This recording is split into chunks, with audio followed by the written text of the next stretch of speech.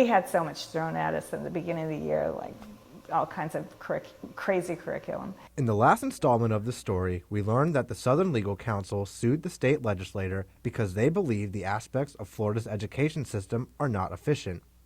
The state's constitutional duty under Article 9 paraphrases that its paramount duty is to make adequate provision for all students to obtain a high-quality education. What we are looking for is a solution, to start a dialogue, to move forward so that your question to me is, what can we fix? Well, there's there's a lot of different areas that need to be fixed, but what we will find out through this investigation, through this cost study program, and through the different solutions that need to come up, what we will do is we will find out where those problems are. However, Florida's standardized testing and accountability tools seem to be one of the people's main concerns.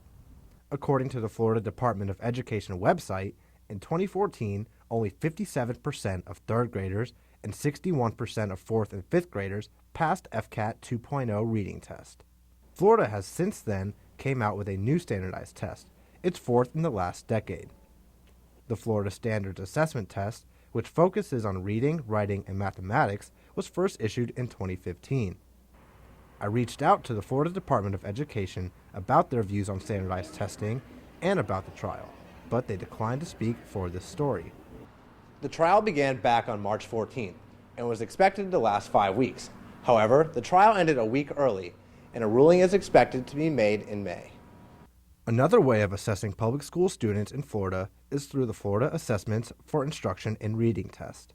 The FAIR test is a self-administered computerized test for 3rd through 12th grades, but in grades K through 2, teachers must administer the assessments individually to their students 3 times a year. The test had some good information, but nothing better than what any kindergarten teacher would assess in their classroom. One kindergarten teacher in Alachua County refused to administer this test to her students back in 2014 because a child that young doesn't have the motor skills to operate a computer, and teaching them how to take the test was taking time from the actual curriculum. We're figuring it's going to take a full week of instruction to give this test, which, mind you, the results are not going to yield good results because the kids are double-clicking and triple-clicking through the screens. So I went and I said, and mind you, I'd stood up at a meeting earlier in the year and I said, when is somebody going to say no? When is the insanity going to stop? When asked about her views on standardized testing, Bowles didn't hesitate to give her honest opinion. I don't think children need to be tested every year.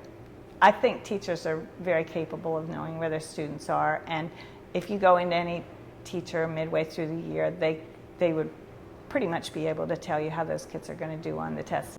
Bowles also believes that less people are wanting to become teachers because they are asked to do meaningless things that aren't helpful for students or for themselves. Despite all of that, there is still one silver lining for teachers to look forward to each day. A lot of it's very redundant. It can be very frustrating, but the good part is the kids. That's why teachers keep doing it.